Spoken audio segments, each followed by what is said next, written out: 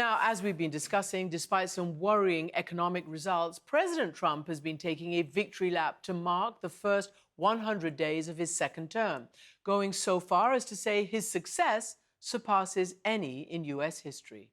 We're here tonight in the heartland of our nation to celebrate the most successful first 100 days of any administration in the history of our country, and that's according to many, many people.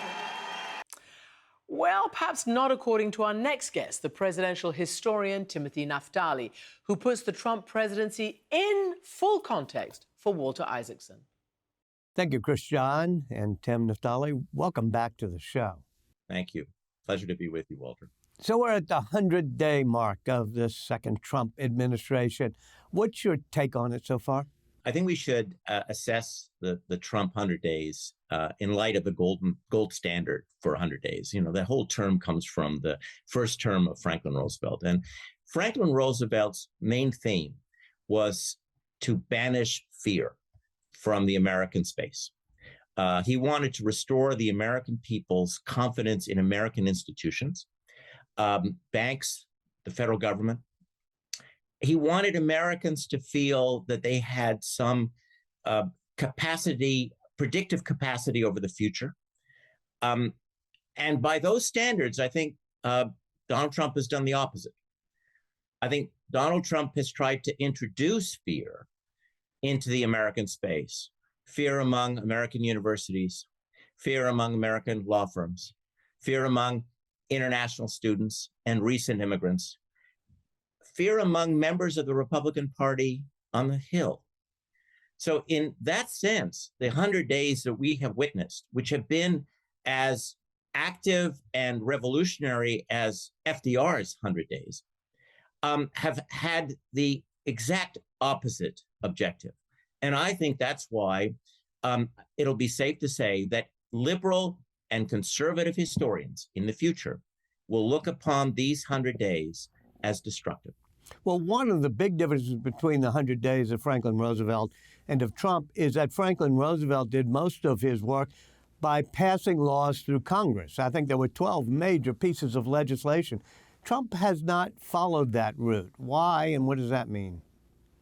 Franklin Roosevelt, even though it was a 100 days period led by Congress, many people associated this activity with Franklin Roosevelt. And Franklin Roosevelt, in his third fireside chat after the 100 days, made clear to everyone that what he was doing was in the American tradition, that he was simply implementing laws passed by Congress. So he too understood that the American tradition was not to have a dictator. Fast forward to our current time, President Trump has sought to act as if he were the only branch of government. We do not live in a dictatorship, but he has acted in the style of a dictator. Oh, wait, let me stop you there, which is, whose fault is that? I mean, it's Congress is the thing not standing up to him. Well, he hasn't encouraged two things. He has gone about his business acting both rhetorically and physically as if there is no other branch of government. And indeed, when branches of government have stood up to him, he has been vicious in denouncing them. We just saw a perp walk of an American judge, a judge. So when the other branches of government have sought to oppose him, he has not acted in the spirit of Franklin Roosevelt by speaking of the national government. He has talked about the presidency as the seat of all power. So yes, whose fault is it that there is a permissive environment for this activity? Of course, it's the fault of elected Republicans who have been, as we learned from Senator Murkowski, fearful of opposing their president. So that's why I'm talking about the installation of fear, not simply in private institutions, but in the Republican Party itself. Well, let's go to that Senator Murkowski quote, because it struck me. She said, "We are all afraid. We're in a time and a place I've not been here before. I'm oftentimes very anxious myself about using my voice. Retaliation is real." What do you make of that? It chills me.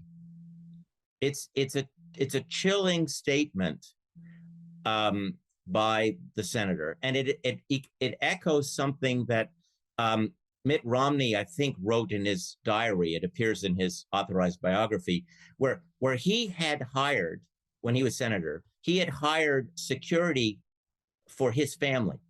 And he wrote, I think it was during the first impeachment in 2019, that he understood why there were so many of his colleagues who knew that they should be voting for impeachment, but were afraid to, because they were afraid of the effect on their families, physical effect.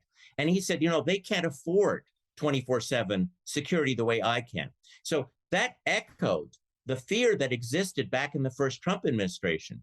We saw that also with the way in which the Senate dealt with the confirmations of President Trump's new cabinet. There were a number of senators who found a way to leak the fact they were not happy with some of President Trump's choices. For example, Secretary Hegseth at the Pentagon, or RFK Jr. at Health and Human Services. But in the end, they were so fearful of a primary challenge, and I think also fearful of their own supporters, that they fell into line. Well, wait, there's a big difference between being fearful of a primary challenge because you voted against the way people in your district may want, or being fearful of physical harm and you got to hire a bodyguard. What do you think this is? Well, Walter, let's make clear that the first branding of this new Trump administration, in my view, was the pardoning of the January 6th felons. When you pardon violent felons, you are sending a signal about law and order in America. And unlike President Andrew Johnson, not one of my favorites, but President Johnson, when he issued a blanket pardon to the leaders of the rebellion in 1868, he did not deny that they had committed a crime. His pardon talks about those who led a rebellion against the lawfully authorized government of the United States. But when Donald Trump issued his pardon, he issued it after he said, after 4 years of injustice, making the point that the January 6th insurrection was just. So when you set that kind of tone, you're inviting vigilantism. I'm not saying that Donald Trump wants it. I want everyone to understand I'm talking about a spirit here. But there are many Americans who might be troubled, who might see the way in which the president is speaking of January 6th as license to engage in violence against those who oppose Donald Trump. One of the historical comparisons that come to mind is with Andrew Jackson, who very much was a populist expanding executive power. And in one of his actions, which was removal of Native Americans, the Indian removal, it almost in some ways echoes the removal of unauthorized immigrants that Trump is trying to do. And when the Supreme Court said don't do that to Jackson, just like they've just said it, don't do that to Trump, the tale is that Jackson basically intimated, Chief Justice Marshall has made his decision, now let us see him enforce it. Do you worry that Trump may just defy like that Supreme Court? I don't know what Donald Trump will do when push comes to shove, because I anticipate Donald Trump will lose a series of very important cases. I suspect, I'm not a lawyer and I don't play one on television, but I do know something about federal assistance to universities. I think Donald Trump's DOJ will lose the case against Harvard. I suspect he's going to lose the case regarding birthright citizenship. I assume he's going to lose some of the immigration cases. He's already started to lose them. And I think there will be enormous pressure from the MAGA wing on this president to defy the courts. And I cannot predict what Donald Trump will do. I hope that he will conclude that he can't defy the courts, but I can't predict that because this Donald Trump is an unleashed, unplugged Donald Trump from the person we saw in the first term. The first term, Donald Trump accepted having people around him who could dissuade him from his impulses. In the second term, Donald Trump made clear in the campaign, by the way, that he wanted no guardrails. He wanted no so-called adults. He wanted unfiltered Trumpism in his second term.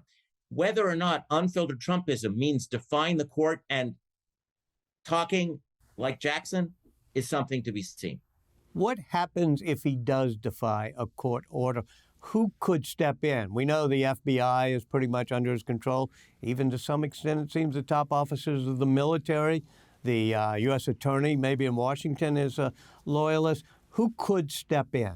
Under my understanding of constitutional tradition, there isn't anyone who can step in because we have three equal branches.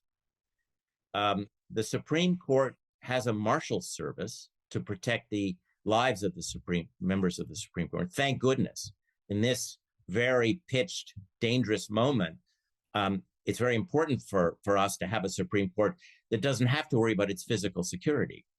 But the Supreme Court doesn't have an army. One salutary, one sign of hope is that in our country, when you take an oath, the oath of office, you take it to the Constitution. And even though Donald Trump doesn't accept the norm, might not accept the norm, that the president must defer to the Supreme Court on matters of the Constitution, it is not clear that the leadership of the U.S. military would accept the commander-in-chief's interpretation of this norm. I am not suggesting, nor do I wish, that the U.S. military should have to intervene to preserve our Constitution, because that puts us in a category of nations where we do not wish to be. But keep in mind that the leaders of our military do not give an oath to the president. It's to the Constitution. But wait, do you worry then about the way he changed the chairman of the Joint Chiefs of Staff, the way he put a somewhat unconventional pick as Secretary of Defense, all loyalists to him? Yes, I worry. I worry deeply, Walter. One of the lessons of studying the periods in our history when we've had quasi-authoritarians in power is that the system can correct itself or right itself. And usually it rights itself because members of the, I don't want to use the term elite, but among those with power and influence in our society come to a bipartisan understanding that authoritarian action threatens the fabric of who we are, of our society. And so in 1974, you had elected Republicans come to the conclusion that Richard Nixon had to go. In the 1950s, you had elected Republicans who came to the conclusion that Joe McCarthy's reign of terror had to end. That's how our system works. It doesn't work because the opponents to the president succeed. Are you seeing some signs that could happen? Are there things changing? Not yet. I saw glimmers of this when a few Republican senators decided to send a note of disapproval to the president regarding tariffs on Canada. But those senators understood that they lacked the power to change the president's approach on tariffs towards Canada, but they did send a signal. What I am seeing, though, are the beginnings of a retrenchment on the part of the president that indicate to me that the president and his inner team think they might be losing popular support. So we are seeing the president pull back a little bit on the issue of international students. It's not quite clear what's going to happen to the Liberation Day tariffs, which have been universally denounced for being stupid. Besides being high, they don't actually have any economic logic attached to them. And the public isn't buying them. The president's approval ratings on the economy are lower than they have been. I believe they're lower than they were in the first term on the economy. So the president himself is retrenching a little. So I see a little bit of institutional pushback on the Hill. I see a lot more institutional pushback on the part of universities and some law firms. So we're beginning to see a reawakening of of the American constitutional order. But let's be fair and let's be clear about this. For the first 2/3 of this 100 days, it appeared that the American constitutional system was asleep and the president was acting without any pushback. The situation has changed, and I think will continue to change. One of the things that has driven his popularity is he's tapped into resentments against the elite that you just mentioned might be there to save us. I think at one point in the campaign rally in 2024, he said, "I am your warrior. I am your justice. For those who have been wronged and betrayed, I am your retribution." Yes. He's even pushed retribution against people like Cheney or against the law firms and others. Do you think this spirit of retribution is something that he's actually tapped into, and how dangerous is that? Well, there's no doubt in my mind that he has tapped into a popular desire for change, and in some cases for retribution. I think the disquiet in our country goes back to the Great Recession and the unequal recovery that that regions of this country experienced. I don't doubt that the pandemic sharpened unhappiness and divisions in our country. I think about 15, 20 years from now, we're going to have pandemic studies in various universities, because I don't think we fully absorbed or processed the actual effect, political, cultural, and social, of the pandemic on our country, let alone the world. So yes, there was a lot of disquiet and anger that he could tap into. If you look at Nixon's campaign, he ran on resentments to the elite. So did Andrew Jackson. We've had this before. He ran on resentments, but what he didn't promise was retribution.